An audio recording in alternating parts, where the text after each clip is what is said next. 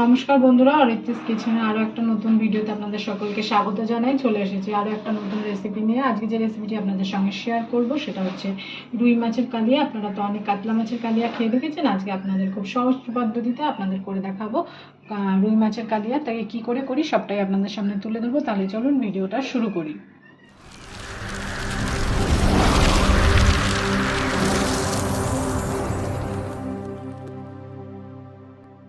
আমি কড়াই বসিয়ে দিয়েছি, কড়াই আমাদের গরম হয়ে গেছে। এবার আমরা এতে দিয়ে দিচ্ছি সর্ষের তেল।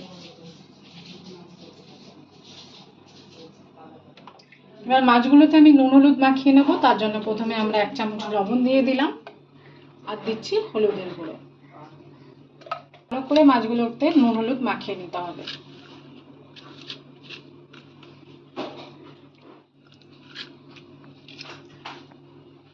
তেল আমাদের গরম হয়ে গেছে। এবার এই তেলেতে আমরা অল্প একটু লবণ দিয়ে দেবো। লবণ দেওয়ার ফলে কি হবে, মাছগুলো সুন্দর ভাজা হয়ে যাবে আর লাগবেও না।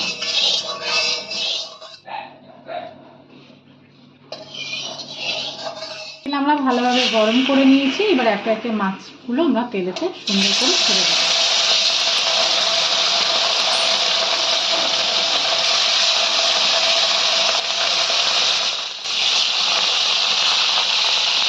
মাছগুলো আমাদের ভাজা হয়ে গেছে। এবার মাছগুলো আমরা তুলে দিচ্ছি। বাকি যে মাছগুলো আছে সেগুলো একইভাবে ভেজে নেব।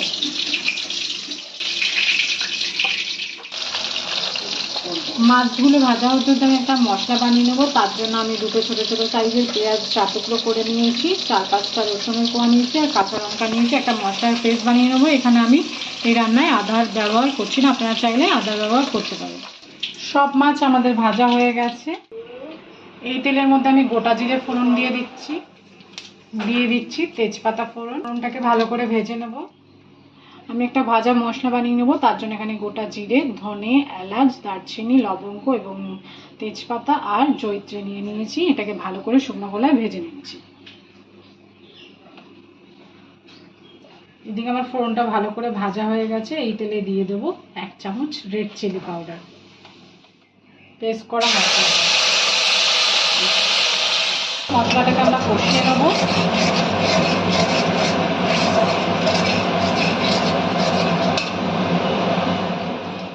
মশলাটা কষতে কষতে আমরা এই মিক্সিং বলেই আমরা একটা গোটা টমেটো ভালো করে মিহি করে পেস্ট করে নেবো। এখানে আমি টমেটো ইউজ করছি, আপনারা চাইলে টমেটো সসও ইউজ করতে পারেন। ভালো করে আমাদের কষানো হয়ে গেছে। এবার আমরা এতে আবার টমেটো পেস্টটা দিয়ে দেবো। টমেটো পেস্টটা দিয়েও আমাদের ভালো করে কষিয়ে নিতে হবে।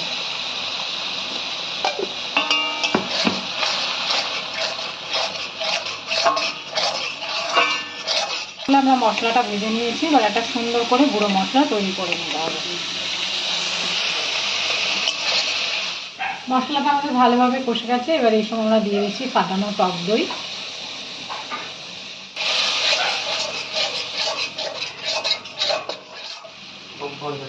এর মধ্যে দিয়ে দিচ্ছি এবার অল্প পরিমাণে জিরের গুঁড়ো, দিয়ে দেবো হলুদের গুঁড়ো, দিয়ে দিচ্ছি অল্প পরিমাণে লবণ।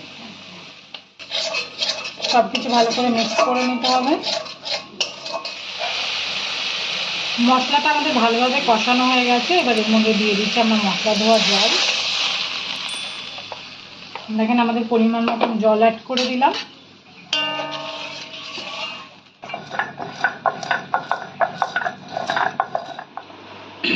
ঝোলটা আমাদের ফুটে গেছে। এবার ভেজে রাখা মাছগুলো একে একে আমরা দিয়ে দেবো।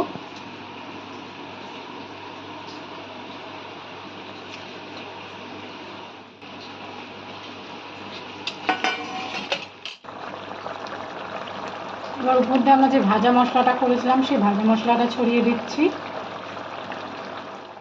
দিয়ে দেবো অল্প একটু কেশরি মেথি, ভালো করে হাতে ক্রাশ করে।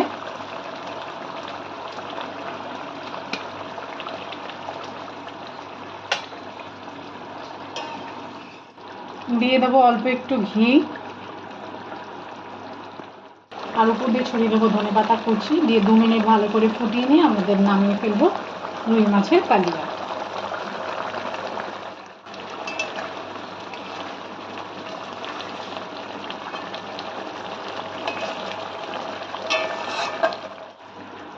তৈরি হয়ে গেছে আমাদের রুই মাছের কালিয়া। খুব অল্প সুন্দরভাবে সিম্পলভাবে আপনাদের সামনে তুলে ধরলাম। ভিডিও যদি ভালো লাগে অবশ্যই একটা লাইক করে দেবেন। আর নতুন বন্ধুরা চ্যানেলটিকে সাবস্ক্রাইব করতে ভুলবেন না। পাশে থাকা বেল আইকনটি অবশ্যই প্রেস করে দেবেন, যাতে আমার সমস্ত রান্নার ভিডিওগুলো সবার প্রথমে আপনাদের কাছে পৌঁছে।